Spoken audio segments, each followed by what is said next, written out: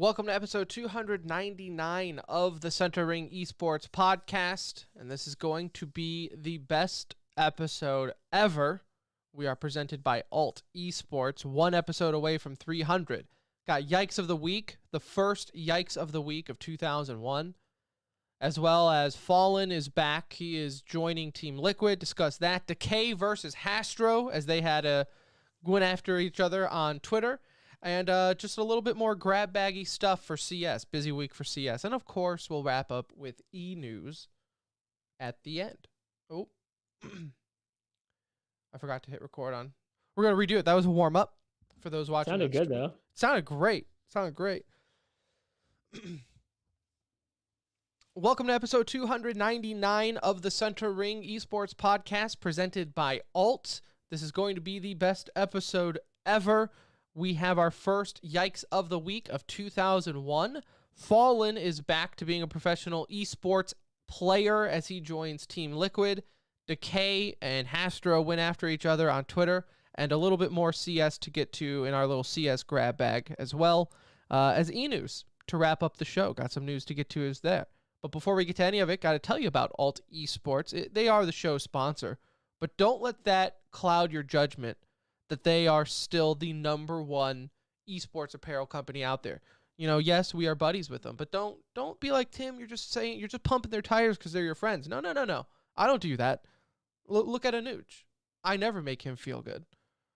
So, you know, that's just not how I work. But Alts, you don't have to lie because they are the best. They are now sold in stores as well. You can get them altesports.com as well as your local Tilly's. When you go to a shopping mall or use Google to find your closest one, you can find their latest lineup, the Reset lineup. Hella cool looking stuff there. Matching tie-dye hoodie and sweatpants. Doesn't get better than that. When you can match your hoodie with your sweatpants and their tie-dye, that's how you make a baby. That's how mistakes happen, and that's how you make a baby.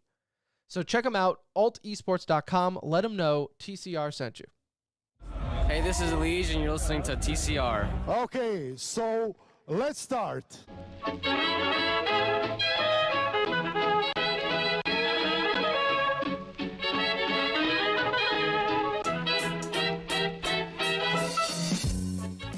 Hello, everybody. Hello, and welcome back to another edition of the Center Ring, aka TCR, aka your favorite esports podcast presented by Alt. This is episode 299, coming to you live and or pre-recorded from an undisclosed location. The date, January 10th, 2021. The time, 9 p.m. on the dot. Go ahead and follow us on Twitter at the Center Ring. Our Discord link is in the description there, as well as we mentioned last time, our Patreon. So if you ever felt like supporting the show, there you have it. We're too cool for a sub button. So also it's broken, but that's besides the point. At least this way, Twitch doesn't get any money, right? Look at it that way. Maybe we're just like negotiating with Twitch and YouTube, Tim. That's exactly what we're doing. Good. We are, it's just, you know, a lot of money coming our way, and we're just trying to figure out which way we want to go. So yeah, check that out. Website, tcr.gg's, got all the latest videos and everything on there as well. And everything else you need to know. My name is Tim. I'll be your captain for this journey into esports, and alongside me, as always, is my best friend, my brown friend. It's Anuj. A little CSGO drama today, Tim. Feels like 2019 around here. Always the good drama. Always living up to its potential. I love it. CS and COD, I feel like you can always, like, Overwatch, everyone is so friendly. I feel like we never get true drama with the Overwatch League. Like, even when we focused on it a lot and it was, like, at its peak, just never produced that much drama. Maybe because, like, the different language barriers and culture. Turns out Koreans don't talk shit to each other. At least I can't understand it if they are. Yeah. Maybe the difference with COD and CSGO, Tim, is COD, usually the beef is between the players. Right. You know? This, we have like a reporter, newsbreaker going at a owner. So That's always fun. In any world, right? In any industry, when you have owner and reporter going after it, it's always entertaining for us. That's where the middleman, the podcaster, comes in and talks about it. So good stuff with Dekay and hastr0, which we'll get to in a little bit. And can I start off the show? Well, first off, reminder, next episode, 300. So if you can tune in live, we go around 8:30. Let's be real, it's more like 8:45, 9 o'clock when the show starts. So we'll try to be more on time for 300, though. we will we'll try, but it won't really feel like a real episode unless we're like 30 minutes late. At least. So there's that. But yes, next episode 300. So what do you got? What do you got planned, Anuj? What do we have? Something big? It's just Tim. I think they need to wait and see. Just wait. It's going to be interesting to see what happens. Interesting to see what happens for 300. Other than that, community game night will be this weekend. So depending on how many people we get, might play some Jackbox, might play some Valorant, might play some WoW. If you play WoW, we'll just see. It just depends on what crowd shows up, right? If we get a group of Valorant listeners, then we're jumping on Valorant. If we get a hodgepodge of people that maybe aren't, feeling it on Valorant, we'll play Jackbox. It doesn't, we'll figure it out. It's a game time decision.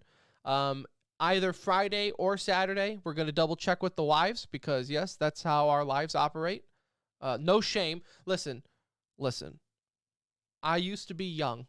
I used to be hip and cool, and I remember what it was like making fun of dudes who had to ask permission to do things, and now I am one of those guys. It's just a reality we live in. I don't even run away from it Like, anymore. for all our younger listeners laughing at us right now, like, what do you mean you have to ask your wife if you can play video games? Absolutely. And you will get to that point too. So just enjoy it while you can. Enjoy your freedom to do whatever you want.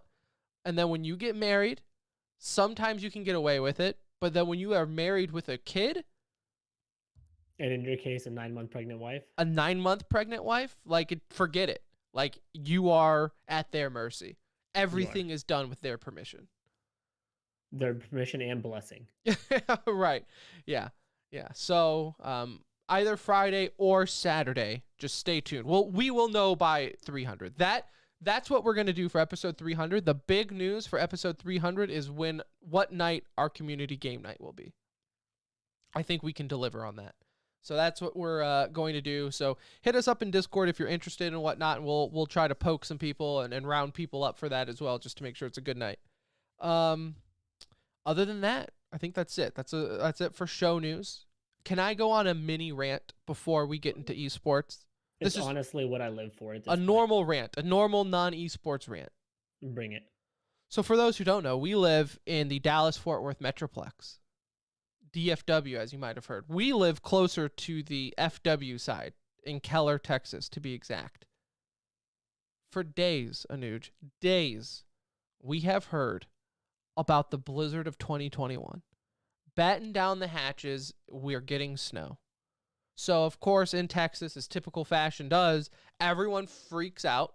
They rush to the store, clear the shelves, and even, I'm looking at the weather, I'm like, well, it's still not even getting below freezing. So it is legit. It's 37. Yeah, it was 30. It was actually a lovely day. We went walking in the snow. However, I'm sitting here on Twitter looking at the news. They're like 1 to 3 inches. Some places are getting up to 6 inches. And I'm looking at some people are. Some people are getting a ton of snow. You and I in Keller, did you get? I got snow. Major disappointment. Okay. Major disappointment. We had snow come down. It never actually hit the ground, I don't think. It never frosted. It didn't even frost the ground. Thank God. It melted as it hit. Thank God we took out our kid to take a photo in the snow, because had we waited for it to build up like they were saying, we would never get the picture. Never would have happened. It never happened. Yeah. I don't want to shame meteorologists here. Okay, I'm sure it's a very hard job to read a radar. But come on. Like, what are their manager meetings like for their end of year performance? Like, you're telling this is how many times you were within 5 degrees, like or I I don't get it. Like, we need to revolutionize how we do weather. Because when you're telling me 1 to 3 inches, 6 inches in some areas, and I look out my door and I don't even see a speck of white on the ground, we have a problem. what they need to do, Tim, is start putting betting odds on the weather. We'll know a more reliable weather outlook based on what Vegas's odds are on that day's Yeah, forecast. honestly, because these weather guys are a joke. They also need to we need to revolutionize it in the sense of it's per city. Like each city needs their own weather department, and that's the guy you follow. Like I That's the don't, guy on social that you just check out. yeah, like I don't need some big wig in Dallas telling me the weather in the Metroplex because it's like, well, bro, like us and Richardson is like an hour away. So it's like you telling me there's a chance of snow in the Metroplex is like, oh, I need Keller weather. I need where I live weather. That's No, my it's disappointing. It's Today my was rant. disappointing. Again, it was fun. Took Hudson outside for a few minutes, but I was like, this is not even cool enough to play. And like, No, we're just in fact, you just got wet. It was delayed rain. You liked the snow and then you got wet. It's like slow motion rain. Yeah. That's what it was. And me being from Michigan, it's like I miss the snow. I love the snow. I love the cold. And then it was like, I'm getting so excited and nothing. See, it's funny. I went outside and I was like, yeah, I'm glad it's not like really snowing because I don't want to sit outside. You don't like the cold. No. So no. I love the cold. I'm just saying, if you're a weatherman, do better. Just do better at your job. That's it. And I know they're like, well, it's just a guess. It's like a percentage. I know, but when you can tell me, well, it's a 90% chance of thunderstorms, and then no storm happens, and your fallback is, well, I guess it landed in the 10%. Like, what other job works like that in life? Like, imagine going to your boss and being like, well, hey, I said I was going to be, It's going to be here at 8 o'clock, but yeah, it was like a 90% chance. Yeah, there's a 99% chance I'm going to be on time today. And then every time you're late, you're like, hey, hit that 1%. Got hit with that 1% today. I told you I was going to give 99% effort 100% of the time. Happens. Sometimes you just hit that 1% where you just give no effort. So that's it. That's just my mini rant about weathermen. Fair. I just don't like it. All right, let's get into yikes of the week. First, yikes of the week of 2021, ladies and gentlemen. We had a lot of yikes of the week last week, but I guess this is our first official yikes. So there's that. Let's get into it. I'll start with mine. It's a yikes of the week, but also kind of a somber yikes of the week here. Killzone, Anuj. Do you remember Killzone, the game? I do. It was supposed to like. It was supposed to be like the Halo killer for PlayStation.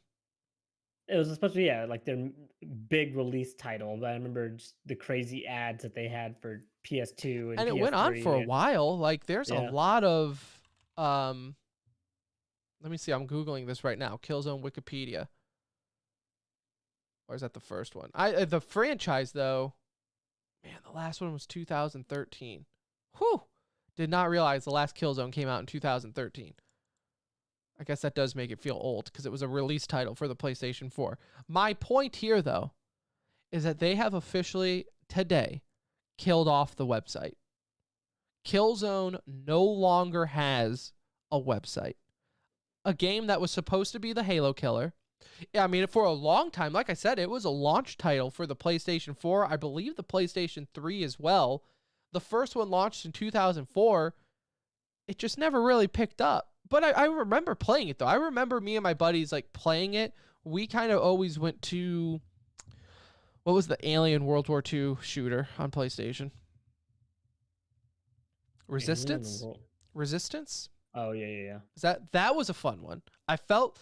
That was a weird time where it was, like, every FPS, like, I just played. Like, it didn't matter if it was an FPS, we would play it. Because you just, you would hear rumors of it being the next big Halo, so you just instantly gravitated towards it. Jump to it automatically. Yeah. For Killzone, I always remember feeling like I would see the trailer and then I would play the game and I'd be like, damn, I should have stopped at the trailer. That was like the best part. Like the trailer always looked so badass and so epic. And the games weren't bad. It's just it like just never was anything special.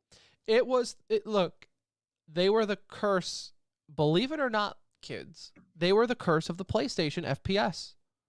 There was a time, and still I think to this day, other than Call of Duty, which, let's be real, the only reason Call of Duty is big on PlayStation is because that's where the Pro League plays it on, right? So I think mentally we think it's bigger on PlayStation.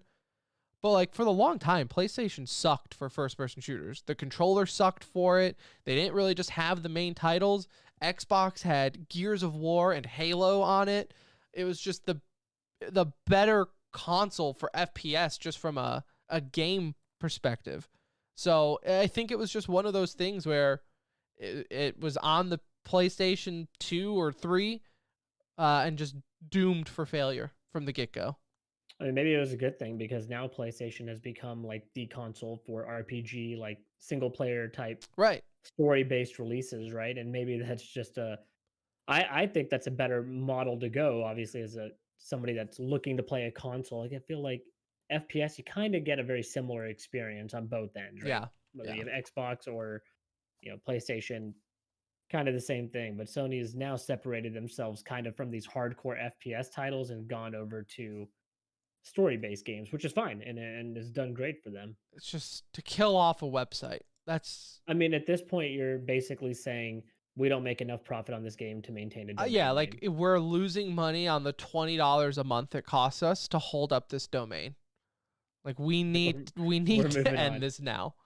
Like think of all the other websites out there that have just been around forever. Like doesn't Space Jam still have their original website from the movie? Do they? I mean, hey, probably a good thing to keep, honestly. Yeah, so if you go to spacejam.com, it is an untouched, like the website for when Space Jam the movie came out in 1996. Licensed by Warner Brothers on the bottom, everything. So Warner Brothers is still paying for this Space Jam website. It's been lost in some accountant's paperwork every year. They just don't even realize it anymore. But yet we got to kill off Killzone's website. Done. Space Jam at least makes sense. There's a new one coming out now. I know, but so just leave the website 30 years alone. later, they were like, hey, we'll go back and use that same URL. Yeah, keep that up. Keep that up. All right. That's my yikes. So my yikes, Tim, is going to take us into CS, where I think we'll probably remain the rest of the show after this. And I don't want to butcher this guy's name because I know he's a well-known individual, and it looks like it says Maui Snake, but I don't know if that's how it's actually pronounced. Anyways, he tweeted something out. We found this rather interesting when we saw it. It was regarding player numbers for Counter-Strike matchmaking. So official Valve servers, it gave you the player numbers for different regions, and it was shocking. And the reason for his tweet was talking about NA Counter-Strike, right? Kind of the hottest topic for the last 6 months is what's going on in NA Counter-Strike. Why is it so difficult for them to put good teams together, right? Like find the right talent and make it work, or at least keep orgs interested in NA. Well, Tim, this is a little revealing and a little concerning, I would say.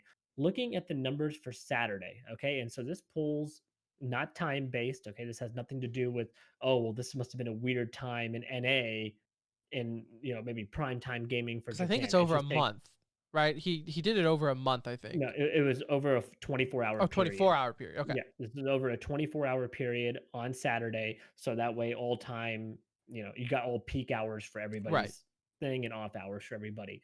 So obviously, EU, Tim. EU doesn't matter, EU North, West, East, EU is doing great.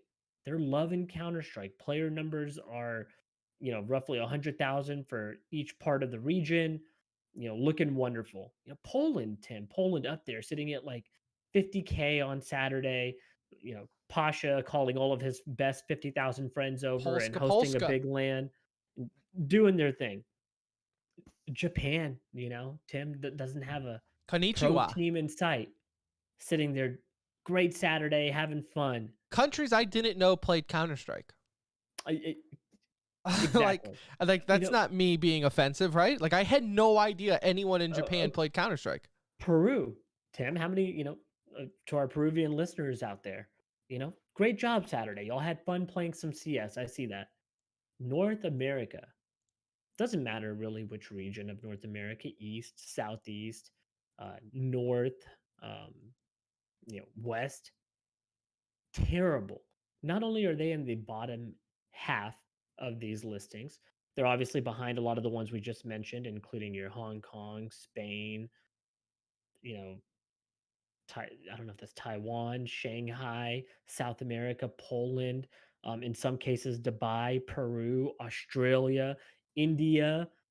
US is behind all of these markets, right? They're like US East is a little bit higher than India, but for the most part, they're all significantly lower. And yes, you can say, okay, we'll take North America as a whole and see what that total number is.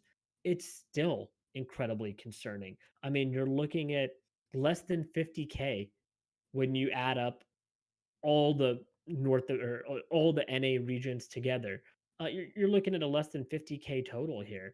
And I don't know what that really says. I don't know how much that says. I don't want to put too much stock Y- into this, but like you look at it and it's a little shocking for a Saturday. Generally kids are probably still off school. I don't remember the, school schedule, but I don't remember being back this early, whether it was college or um, even if it's high school, junior high, Right. whatever at this point. But yeah, these numbers are super low, and this is maybe part of us seeing that trend. And it's not that people are bored with pro CS, right? I think the game from a pro side is still very healthy from viewership and all that, but we have so many more options available to us now, and that becomes a little bit of a yikes to me on Valve's part of not giving people a reason to continue coming back. It's hard to do that over a 20-year span, and in CS:GO's lifespan, 6 years, whatever it's been now. But still, they haven't given enough of a reason to like focus on the NA audience. They probably make a lot more money in other regions with their game anyway. But still, here Still overall as a shocking to whole, see though. You know, like if yeah, you would have told me, "Hey, where do you think NA servers rank compared to the world, right?" I probably would have said number 2. I would have been like, "Oh, behind EU." Right? Maybe number 3 if you consider like CIS and all that, but definitely in the top 3, right? Depending on what order you put, but not behind countries like some of our servers behind like Chile and stuff. Like that's to me just bonkers. That is mental to think like we still a lot of players, but in a game where they're breaking, millions player base and things like that, and to see that that's not entirely just because of NA, that was shocking it's to almost see. despite NA. They Right. were able to break those numbers, right? If I told you US West and India East pretty much had the exact same number of players on Saturday, like to me, that's a little bit of a surprising statement. And I know India's population, a billion people, right? So you can be like, well, there's a billion people there. Like, still, gaming is from a CS:GO standpoint is like considered much bigger here, Yeah. and that's US West. It's not like they're really breaking that down, right? Like that's all of California at the very least, and so yeah, a little surprising to see, a little bit of yikes just initially looking at that. Again, I wouldn't put too much stock into this, but there's still something behind it. Like this is data driven, right? So you get an idea of, all right, Yeah, well, because there's people always just like aren't playing factors, as much like CS over here. yeah, I mean there's always factors going on, like, but it's not like sure the holidays, but Christmas is global.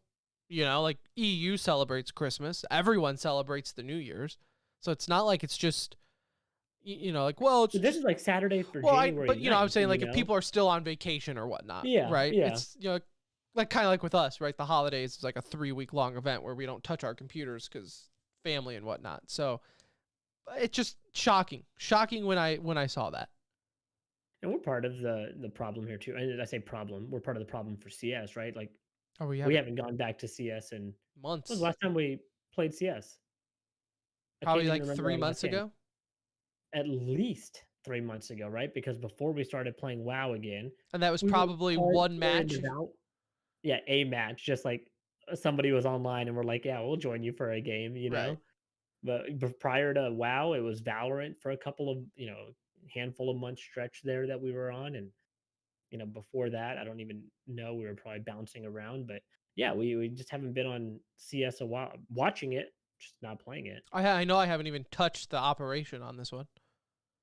I bought the operation just to have the coin. Yeah. I've thought about it, but haven't gotten there yet. Haven't gotten around to opening up the game yet. It's just a lot of work on my side. So I've been catching up on WoW because I started the alt character, and now our friend Ronnie tells me that my alt character sucks, and that kept me up last night thinking I should just wake up at 4 a.m. to start grinding another character because that's just how I do MMOs. But I'm They I'm don't suck. You're fine. I'm determined to prove him wrong. I've looked at the stats. Okay, Death Knights can get up to 18, 19 plus for mythics. Okay. And it's important that they're good at PvP. That's like true. The more important part. Like they're good in PvP. So true. You're okay. That is true. Yeah. I need a balanced class. I don't need OP.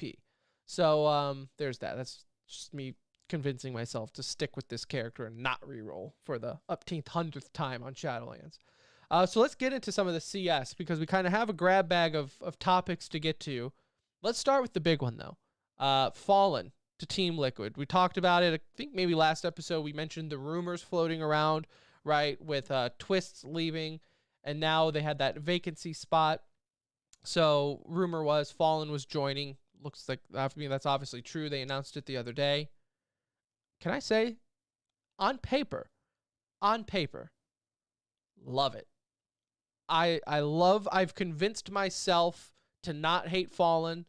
I do think from a leading standpoint, it's what the roster needs, right? It's a roster of newer, not new players, but like they're still working with Grims and things like that. Younger players still with Stewie, who has played with Fallen in the past, right? They've had MIBR, they've had Brazilian guys on Liquid before, so they're not unfamiliar with their play style or how they approach the game. So I love it. You're getting, I would say, the most legendary Brazilian player, right? With Fallen being there. I love it.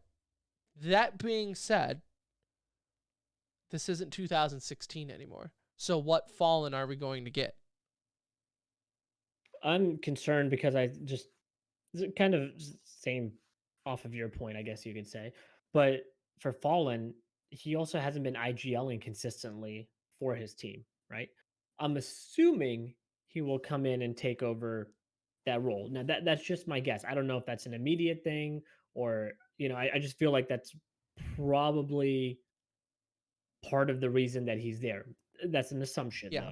though. It wouldn't make much sense to me if they were just looking for the best possible player. Like maybe there was other options available to him if that was just like, hey, we need the best player we can get. But if you need an IGL and you need a good, like a very good player, then Fallen fits that role really well.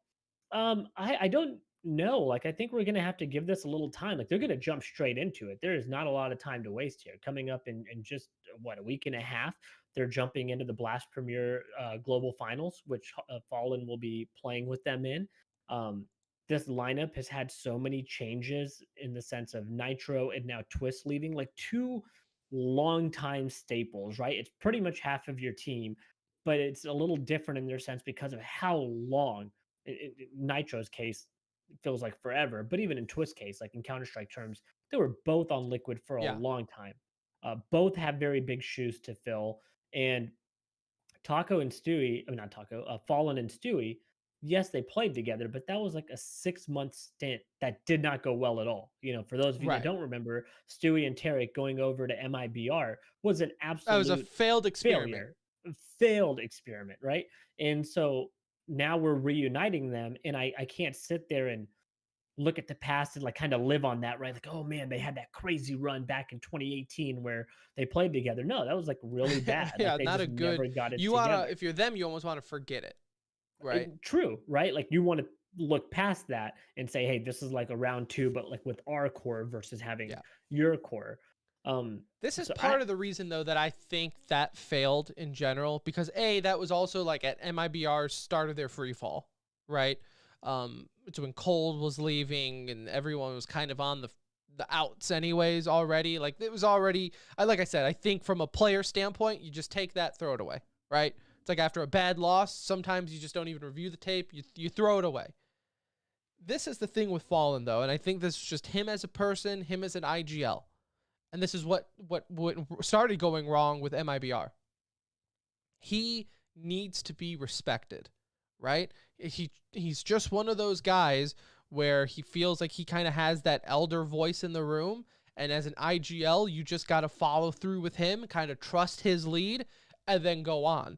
I think where it started kind of getting wavy and a little shaky with MIBR is when that doubt started creeping with the other guys, where it's like, oh, maybe Fallen doesn't know what he's calling right now, or he's not hitting his shots as he maybe he's used like to. lost it. Yeah, Right. Like that was the thought, is that would he ever get back to form? right. And we didn't see that happen. Like we never really saw that happen. And there was a reason that, and we'll get into, this will jump us into the next part of this discussion, but there's a reason that MIBR, the core of MIBR, all of them, all five are no longer there.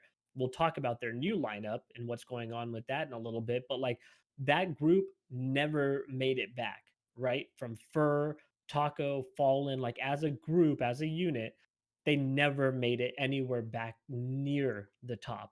Right now, he's jumping onto let's just for all purposes say a top 10 team. I don't know exactly where they're ranked right now, but around there usually, and if not higher. I just think they have some work to do, and they still have a lot to prove. I think on paper, you're right. It does look good. It's a legendary name that you're adding to the mix. I'm not so like sure that this is going to be a better form of Liquid than what they had. And that's probably unfair to say in the sense of their plan was never to let go of Twist, right? Right. Twist left on his own accord. I mean, even Nitro, right? Like Nitro retired from CS. No, they were benching Nitro is Were what was they? happening there. Yeah, they benched Nitro and moved on from him. And then Nitro went to Valorant because there was no other offers in CS. So it's not like Nitro wouldn't have stepped down if his roster spot was still available to him. It's just they were, he's been on I that guess team I don't for remember that.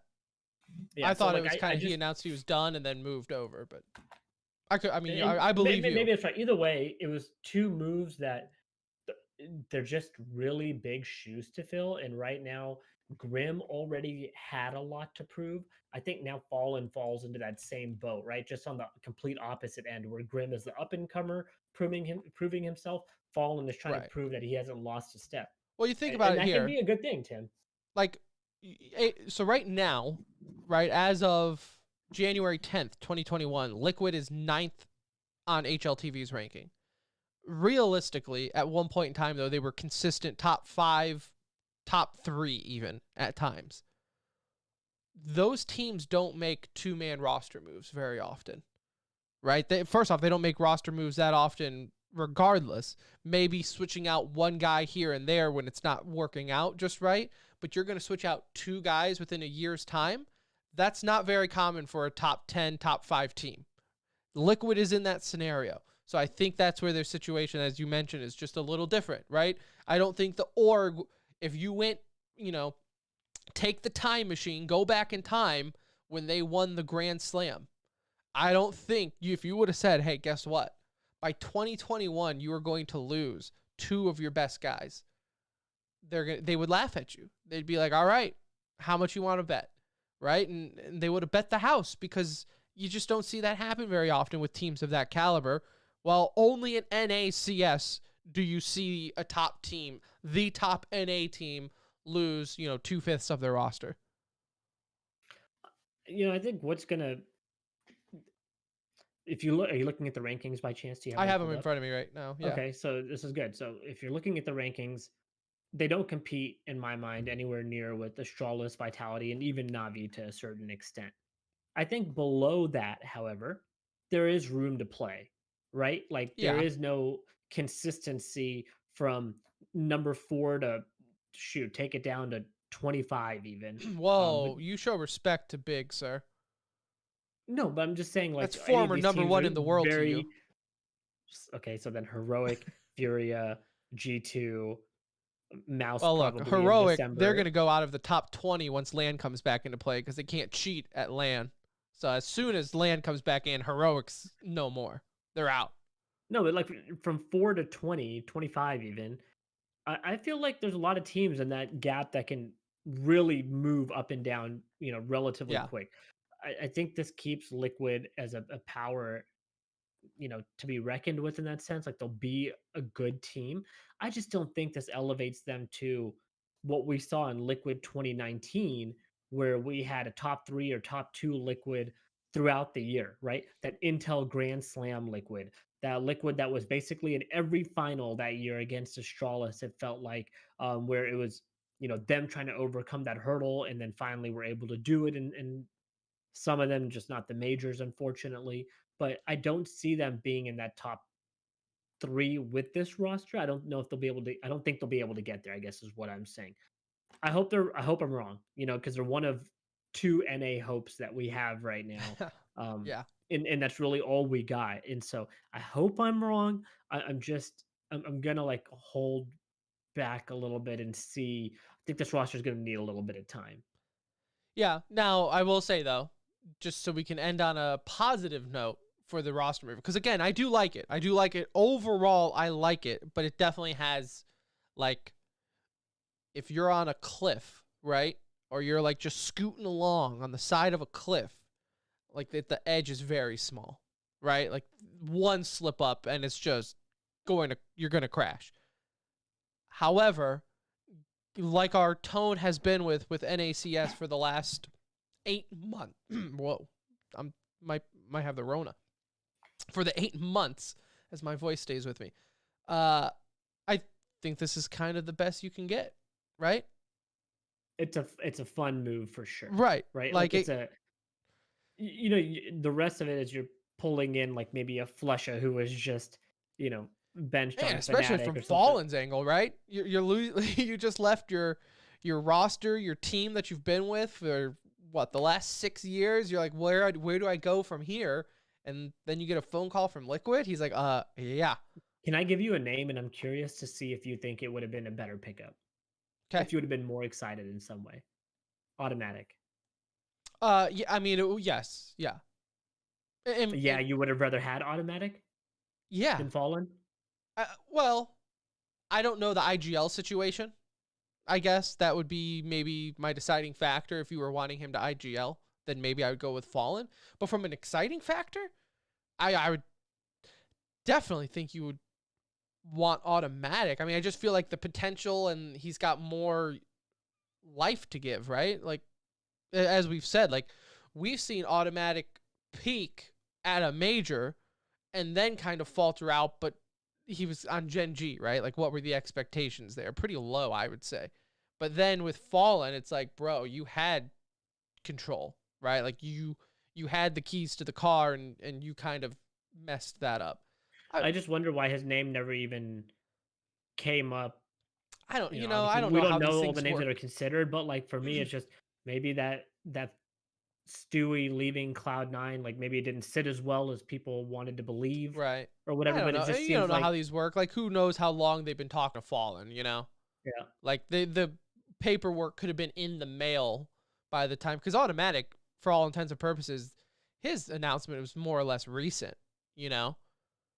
I think yeah, but it's never like too late to make something like that yeah, work out if I they really guess, believed it was better. You're right though, like the IGL part of it might have been a huge yeah. factor, right? In how this worked, because who knows if Stewie wanted to, continue IGLing in some way, or I know they just kind of moved it around, so maybe this is going to give them If it some makes sense to consistency you, there and helps them. having Fallen on the roster feels more like an EU style roster.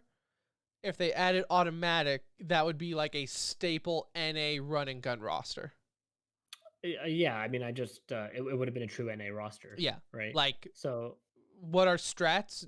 Just get headshots. Like, that's like, you're telling me to check angles. Like, bro, I'm just gonna shoot their heads. Like, why? well, at the end of the day, I really want this to work out. I want NACS to have top tier competitive teams, even if it's just one or two of them. So we're banking a lot on this one. But I just I'm going to be in the wait and see kind of mode, just like we're doing with Cloud9.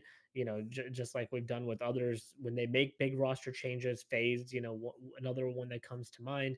Um, I hope we can see some sense of old school fallen, because that would be a shit ton of fun if that were to happen. I just have my doubts. I mean, it's been a long time.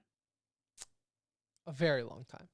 A Yeah. very long time. So there's that. Now, on the flip side, though, Fallen is very happy to be off of MIBR as they have no roster. They've officially moved what little people they had to the inactive roster. Just the other day, they moved KNG and TRK. Well, KNG benched himself after they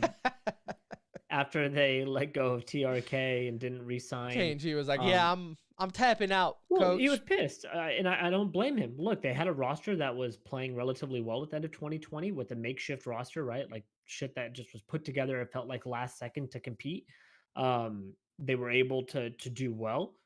He had friends on that team, as you know, most of these Brazilian teams are very close with one another. They had an opportunity to re-sign players. They said they were hardballed by Immortals Gaming and MIBR. They just felt like they were getting nickel and dimed on their offers, and I don't know what they're asking for, right? Are you asking for top 5 money, or are you asking for top 20 money? Like there's a difference, right? But Right, according right. to them, they were getting a really crappy offer, and I don't blame KNG for being pissed. You asked him to lead a team, and then you cut 4 out of the 5. Well, shit, I don't want to stick around for the rebuild again. Like this was already a rebuild that we just went through and played well at the end of last year and showed up in big moments last year at the end of the year. And now you're saying, hey, go find 4 new people to do this with. It's not really how it works in the Brazilian scene, because like we talked about last week, you reshuffle a lot of the same players, and it's not like there's a ton of young talent sitting out there where you can go pick up 4 players. Maybe you can get 1, Mm-hmm. maybe 2, but to say, hey, we have to get 4 new people, like, no. So this whole group that is now left MIBR, is they're working on a project together to start their own team. So they already have the 5-man roster, Kogu as the coach. And they're gonna push forward and do their own thing. And chances are they're gonna be more successful than, if MIBR decides to stay Brazilian, probably be more successful than MIBR will be the rest of this year. Well, it'd be an awkward name if they decided not to go Brazilian. But I think they got to go back to Immortals Gaming Club or something, right? yeah, How do you, like, if you're staying in CS and you're trying to stay Brazilian, where are you going to get people? well, like you said, you're just picking up kids at this point, right? You're picking up risky. I mean, and so here's the thing, right? And this is kind of going to get into our next topic with hastr0. You do have those guys, those orgs that are like perfectly fine just being in CS and not wanting to spend millions of dollars, right? Like they're going to find, of course they want to win, right? But they're going to find their own way to win. They're going to moneyball their way to the top and not just say, "Oh, wow, you're a top Brazilian player. Well, here's a blank check. What do we need to give you?" Right? They're like, "No, and we shouldn't be surprised by the Immortals Gaming Club from this, right? This is their behavior in all of esports. Look at how they handled the optics situation, right? Like they didn't even bring on Hex, right, originally, and like that's just how they've handled their business. They're very kind of stern in their way of thinking and behind the doors and everything with contract negotiation. So it's not surprising to me at all to see the way MIBR has been handled up to this point. I mean, they've tarnished their brand so much in the last year. Not MIBR. I'm talking about Immortals Gaming Club. So they're all one entity, right? So Right. when we talk It's about interchangeable. Immortals Gaming Club, it's all the same. But the brand for Immortals Gaming has been shit on this whole year, right? Like now Yeah. in Counter-Strike, they don't have an active team. In Call of Duty, they sold off their spot, which now belongs to 100 Thieves and Nade Shot and those guys. For them, they're playing hardball, and it's not people. Fans got to remember, watch these teams are teams that we're fans of, and we want them to win at all cost. right? Whatever it takes, because that's kind of how you see it in traditional sports, right? Within the NFL or NHL, MLB being a little bit different, right? It's not always win at all costs because of how salary cap works. Well, MLB is kind of similar to how like CS is in that sense. You might have some people like the Yankees who make a shit ton of money, and at the same time, it's more valuable to their brand as long as they're good, right? There's other teams with profit sharing and things of that sort make their money that way, and their goal is to stay in the green, so they're not going to be big spenders, a la Tampa Bay, Oakland Athletics, teams like that, right? In Hmm. baseball, you have that same thing in Counter Strike. Like we want them to win at all costs, but Counter Strike has a significant cost. And Immortals Club is not willing to go down that path where we're going to spend 20,000 a month or whatever the hell they're asking for, probably a lot of money. In some eyes, maybe deservedly so, or maybe there's a middle ground or something there, but they don't want to spend $1 million a year or 1.5 million, 2 million a year on a Counter-Strike team, and they don't have a way to get that money back.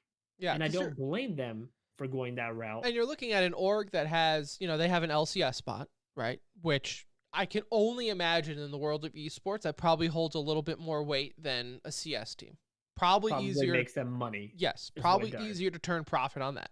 They're also behind the LA Valiant, right? Again, with Overwatch, say what you want, but from an owner's perspective, they at least have a roadmap. And that's always been the scary thing with owners in CS. And we've talked to a handful of them. We've heard from even more, just, reading articles and other news outlets and things like that. The scariest thing for owners, and I say that, people with money, people who know how to do investment money, profit turning stuff, right? People smarter than me. The thing that scares them with CS is, where's the roadmap? Where can you show me how I'm going to get a return of profit? Because at the end of the day, it's a business. You have to have some type of profit return. Of course, you want what you want your owner to say is, hey, like you said, at all costs, what's it going to cost to get the trophy in that trophy case? And as your owner, I'm going to do it, right? I'm going to make it happen. But in reality, that's just not how life works with some of these teams. For the teams that are winning, sure, yeah, whatever, right? You're winning. It's easier to justify spending that money as you're winning. But then when the winning stops, you're like, oh, I can't just pay people a lot of money anymore. Yeah, I mean, it's like maybe this is a good time to walk in to our next topic here for CS Yeah. because it all becomes super relevant. But Hastro and Dekay recently, Hastro, owner of Team Envy, Dekay reporter, recently got into it on Twitter, stemming from some comments that Dekay kind of egged him on a little bit, and kind of how this all started. Um, Essentially calling out Team Envy, saying, "Hey, what are you guys doing? What are y'all doing? There's teams available out there. There's people like Flesha, Automatic, Sunny available out there. There's X Chaos that was available for a long time. What are you guys doing with their team?" Hastro came in and barked back and essentially told him like, "Hey, we believe in our roster. We're working through some things, but we have a bigger budget this year. Those are some statements that were previously made." But essentially clapping back saying, "Hey, we're working through some things. We kind of believe in our roster. We'll go from there."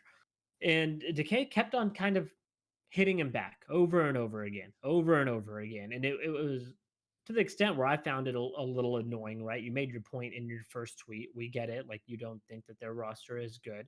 And I think they also understand that their roster is I mean, struggling. That's not some like, you're not breaking news by saying that. Like, I'm sure Hastro knows his roster is not that great.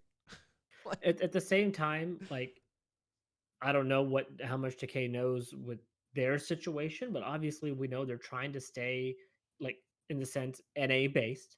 They want the people to live by this gorgeous facility that they just built. Like, there's a lot of obstacles there, and on top of that, Hastro then gets into exactly what we're talking about. It's not worth it to like spend $2 million a year on a Counter-Strike team and then not make any money back on it. Like, that's not how it works for investors. And Decay, I know you're a smart guy. I know you went to college or whatever. I know you've But I he know sells you books. understand that part of it, but at the same time, it's not your money. And if you think you can do a better job, which maybe you can, go get somebody to make you a GM somewhere. Banks just did it, hopping from the desk over to Alliance Esports or whatever. I'm sure Triumph or somebody would love to have you on their board of directors, and maybe you can help them and get them going again, or find your own investors to do it. But it's not easy, and it doesn't always make sense, right? Now, I know they're paying a lot to players like Nifty and all that. Well, we've seen Hastro's faith in somebody like Nifty. He's obviously has a lot of trust, built a very good relationship with him, and is trusting him for now. That could change. It might not change. Maybe that's a forever relationship. I don't know. But I know that he trusts him right now. And they're going to see that through and let that work out. And if it doesn't, they'll go find some other players that fall within their budget. But it's not always as easy as like, hey, look, Automatic's available. Why don't you go get him? Oh, well, Right. because he's asking for $20,000 a month. That's why we're not getting Hastro. Oh, Flusha's available. He's in the market. Why don't you go pick him up real quick?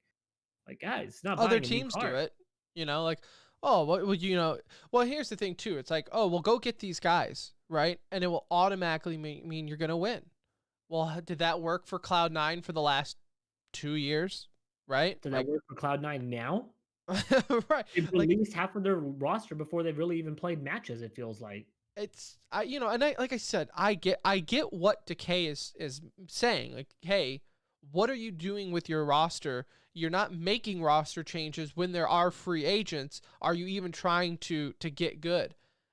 But I also 100% see from a management standpoint with hastr, where it's like, do you want me just to go broke paying a Counter-Strike roster where if I don't win, like if we don't all of a sudden start winning and getting invited to more events and things like that, which in the CS world, Envy has kind of lost that weight to just be invited because you're Envy, right? I feel like they fell off a little bit from just the, oh, wow, we really need Envy at this tournament in CS. They've fallen off a lot from where they were, right? If you start looking back at 2015, they won a major. So if we're comparing it to that level of success that they had, Envy has fallen off like a shit ton.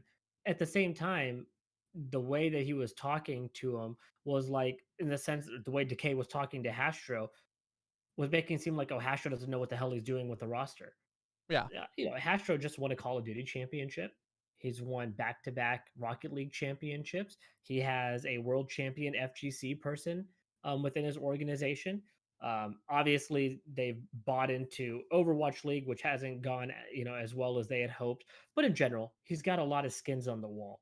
He understands that his team is probably not where he wants it to be. It's not like he's oblivious to it. Right. So then when I see them not making changes, I also understand there's probably like other reasons there, right? He also just, I believe, took over as chief gaming officer, I think is his new title. So I'm sure he's more involved in that process now than maybe he was before from like the true CEO chair.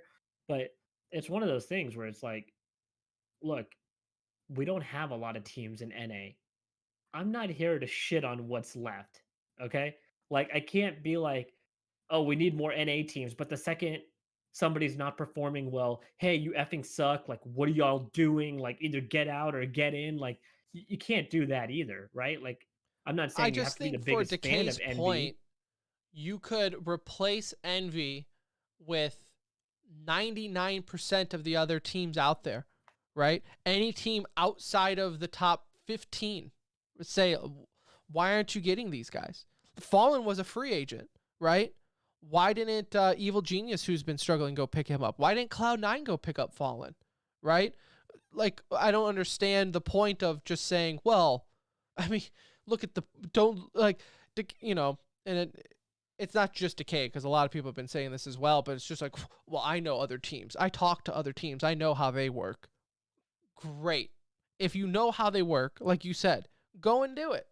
Go and do it and see how it works out. Because I don't think, and it's not to say like hastr0 hasn't reached out to some free agents, right? Like who's to say that they're not reaching out and just not getting them? Because again, maybe they don't want to move to Dallas or right, whatever. Again, like part of, and we just know this from speaking with hastr0 multiple times, like That's part of Envy's deal, right? You're signing with us. We have a kick-ass facility downtown Dallas. We need you to live in the area. Like, we want our players here. They've done the long distance thing with French CSGO. It was fun. It worked out, but we got to refocus, which is why they dropped the French roster to begin with, because it was kind of a structural thing, right? It had nothing to do with they were performing okay, right? But it's just a structural thing of we want to be locally based. So Again, at the end of the day, they're in the business to make money. you know, it's armchair quarterbacking. It's one of those things. It's easy to say, well, why don't you just go spend money on this guy? But again, you could say that for a lot of other teams, right? I've been saying it for 2 years with Cloud9. So, and that's the thing, right? Again, this just goes to show that people in esports, and Counter-Strike is, I think, might be the top guilty party of this, is that boys club looks out for their boys so hard, right? Cloud9 has sucked for 2 years, not getting any free agents. They buy out ATK, which was like one of the more lackluster roster signings ever. No one said anything. They get Henry G, and all of a sudden they're like the Colossus, and they're supposed to be great. But it's just like Cloud9 was doing the same thing that you're yelling at Envy for. Where was this long rant to Cloud9 about it, right? Where are these long rants to other rosters doing it?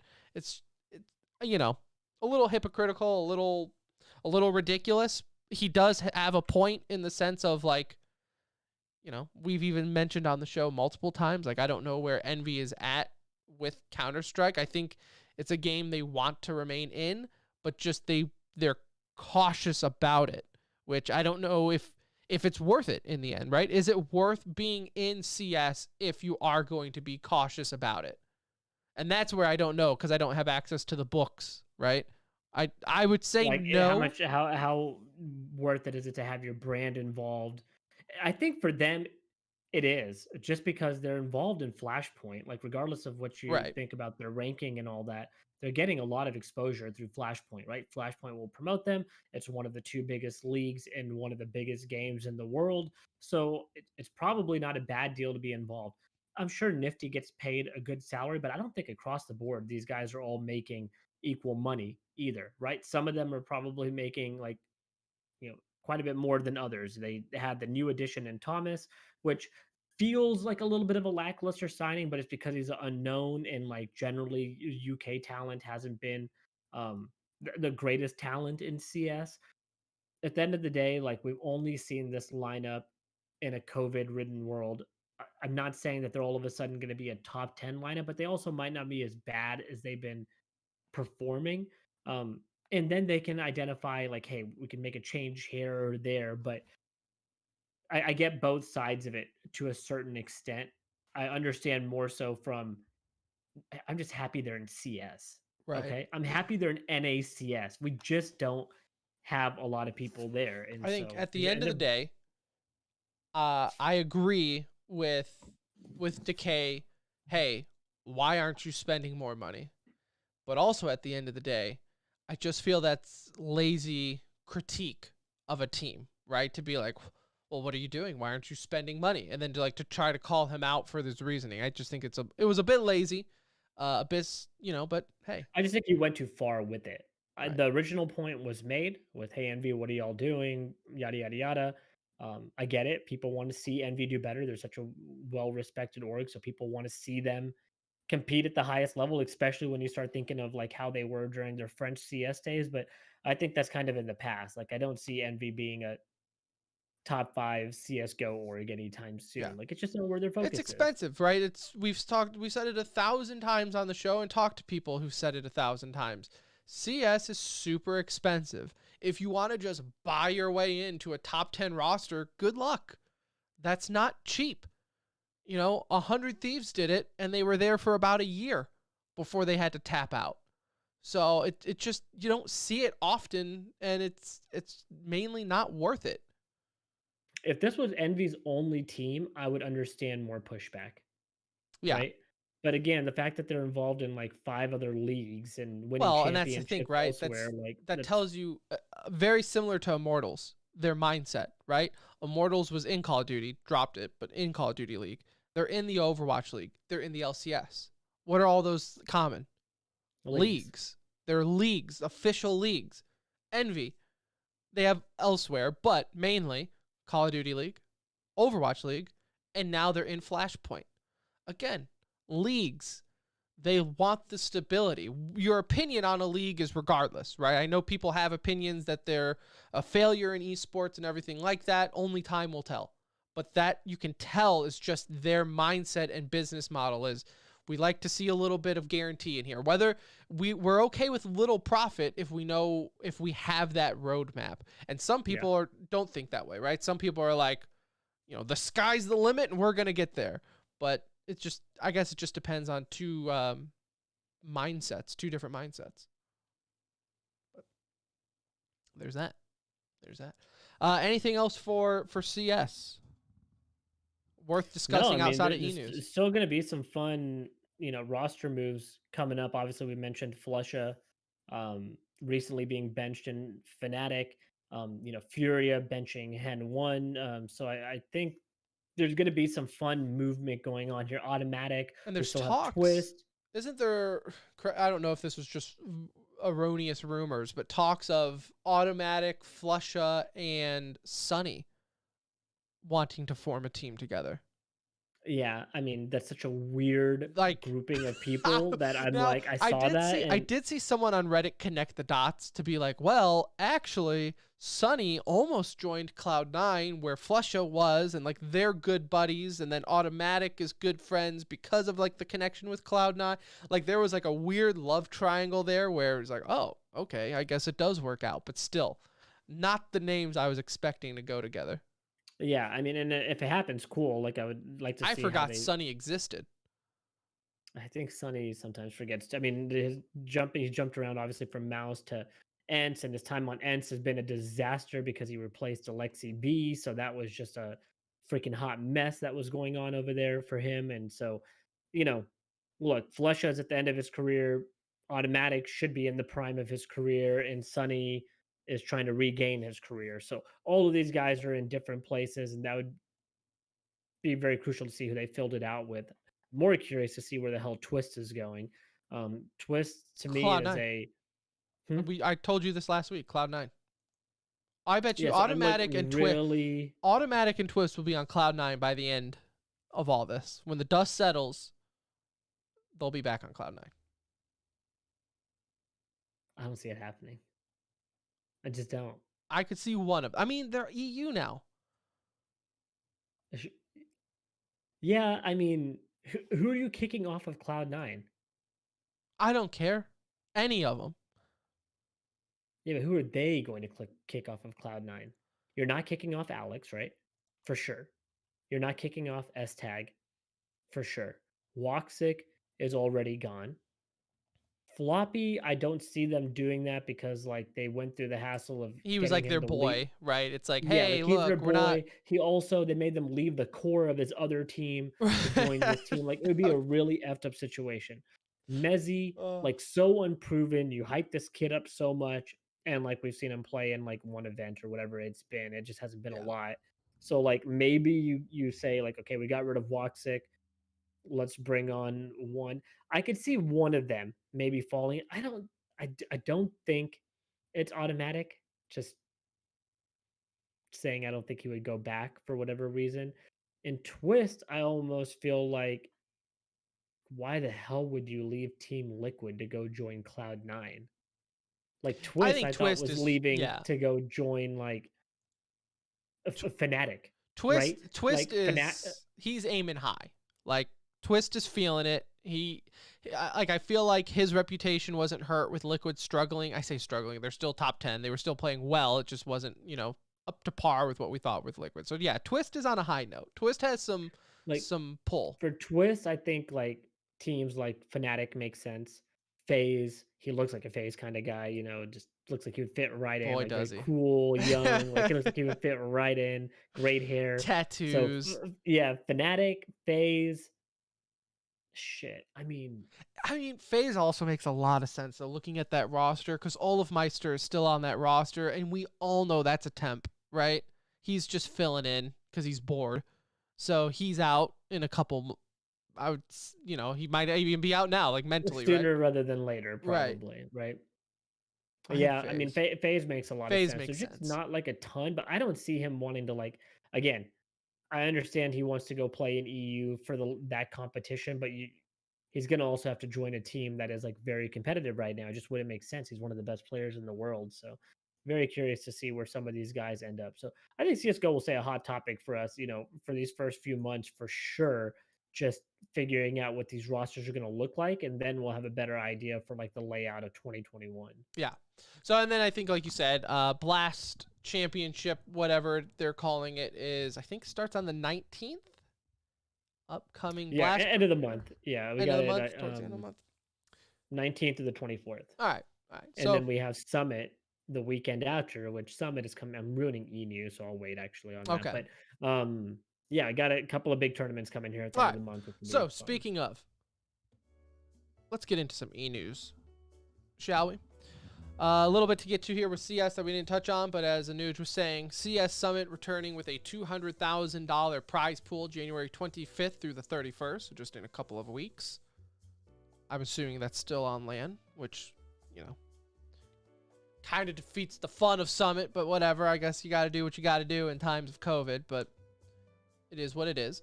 ATK announces NA move will be based out of Canada. I was unaware they weren't South Africa to Canada, and I mean they lost their roster recently, or like the previous roster that they had let go of. So cool. Okay, moving to NA. Yeah. All right. Seems that's the opposite move you want to make. Yeah. That's has maybe news didn't get to them yet. Like, no, you should have moved up. You should have just gone to Europe from South Africa. Like, no, up. Furia did bench Henny or Hen1, however you want to say his name. Either way is correct. And Valve, this almost was a yikes of the week. Valve is removing, they're removing adding bots to competitive play. So when a player leaves, they're no longer adding a bot. It's just going to be 5v4, no money bonus, nothing. I like the removing a bot. I don't like the nothing associated. The nothing after. I do like to take the bot out. Yeah. Because then it became... Well, the bot was so unfair. Well, like, if you had a very high-level player on one team, that person could generally, like, go rush with himself and then come back and, like, grab the bot right after, and you have to kill that guy twice. And after they know all the information. Out, right? Like, it didn't always feel like a 5v4, which is what it should feel like if you lose a player in competitive. So I like it. I don't like the nothing associated with it. I think there should be a little money bonus, tied to it somewhere in there. But look, I like the bot being gone. I'm sure it will change. In Valorant, we had the Nerd Street Gaming Complexity Invitational wrap up just a little bit ago before the show. Exet, however we will one day decide how you say their name, but Exet defeated Built by Gamers 2-1 in, again, the Nerd Street Gaming Complexity Invitational, which no one cared that Complexity was also in that tournament, so always fun when we have conflict of interest, and sometimes people care, sometimes people don't. In other news, Pittsburgh Knights become back-to-back-ish Smite World Champions. Last year, it was the same core. They were just on SK. So Pittsburgh Knights get the org's first major championship. But for the players, it was a back-to-back. So congratulations to our buddies at Pittsburgh Knights. Or as they say, good job. Good job. Good job. Good job. Good job. I did go back and look. James O'Connor, owner of the Pittsburgh Knights, I went back and looked. He did do like a big tweet. We were laughing about it because the way I saw this news, I'm sorry, I was not how I saw the news, because I was definitely watching the Smite World Championship, because I'm just so esports. But it was like he retweeted someone from the org who was like, back-to-back world championships, like, woo! And all he said on the retweet was, great job. I was like, wow, what a lackluster, hey, just ruffle his hair and say, good job, kid. You're a world champion. He did have a good, nice post. He did. Yeah. I went back and I was like, James, come on, buddy. You can't just, your team just won a world championship and you're going to hit them with a great job? I'm like, okay. But no. Shanghai, city of Shanghai, is to start construction on a $898 million esport arena to try and be the capital of esports. We already know Dallas is the capital of esports, so back off. Yeah, this can be like the Chinese or Asia capital for esports. We'll give them that. Dallas has the title over here. Yeah, I mean, that's pretty cool. Tell me when it's done. Maybe we make it out there to go check it out. My OCD is going insane that it's 898. I would like, why not just pay the extra 2 and get it to 900? Like, why? Yeah, like 900 million looks so much cooler than 898 million. Does it not? Look, most of these things go over cost, so let's just assume they. Yeah, like I don't know. I would, if I were them, I would have been like, look, let's get nicer. Add a couple more chairs to this. Yeah, let's get some nicer tile or something in this place. Like, how can we up this $2 million? Like, what if we just get a bigger TV and replace them or something? I don't know, but let's make that happen. And last but not least, with all the rioting going on with the Capitol and keep up with the trend of the day, Twitch has officially disabled President Trump's Twitch account. So, at least that incite violence. At least that would make sense. Now, had Trump not said to start riots and he just like flashed his dick on Twitch, this would only be like a 2-day ban. Yeah, that's probably true. So, if only he showed his penis. If it was his tits, it would have been a 3-hour ban. So. Right. There was ways to de-escalate this. So there you go. Now he'll just have to rely on his OnlyFans account to get interest. That's right. He's talking shit to Mitt Romney right now. Yeah, right. He's like, oh, OnlyFans doesn't just have to be cam girls. It can just be, boy, I've never signed up for an OnlyFans account, but if you just got me like a private video of like Trump speaking into a camera, like unfiltered, I might do a month. I'll get a little subscription there. Maybe we should create an OnlyFans. Mentally, I don't know how much I could handle. You know, what's funny is a listener actually suggested Prong Attack. Now that we have the Patreon, he said, when's the OnlyFans account? I said, who needs OnlyFans when you have Twitch? You can flash your titties on Twitch anyways for free. You could see our titties free on Twitch. We don't need OnlyFans. Yeah. So that's, you don't need OnlyFans when you got Twitch. It's for free. All right. Well, that does it. That is it for E-News. Thank you, everyone, for episode 299, the best episode ever. For real, the best episode ever will be Wednesday night as we record. Catch us live, Twitch, YouTube. Used to be on Twitter, but I think they killed Periscope, so just the 2 for now. But we will be live for episode 300. We will aim for 8:30 p.m. Central. I would say just be by the channel. Between 8:30 and 9, you be by the channel, and we will be there at some point. Thank you to Dekay and hastr0 for giving us some content today. We appreciate that. Yep, always appreciate it. If you guys want to get into an argument again for 300, throw out some racial slurs, though, so we can kind of refresh it.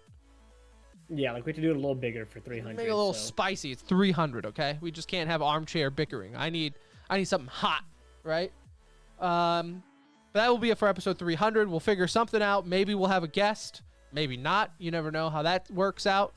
And, yeah, episode 300, next one. Follow us on Twitter at The Center Ring.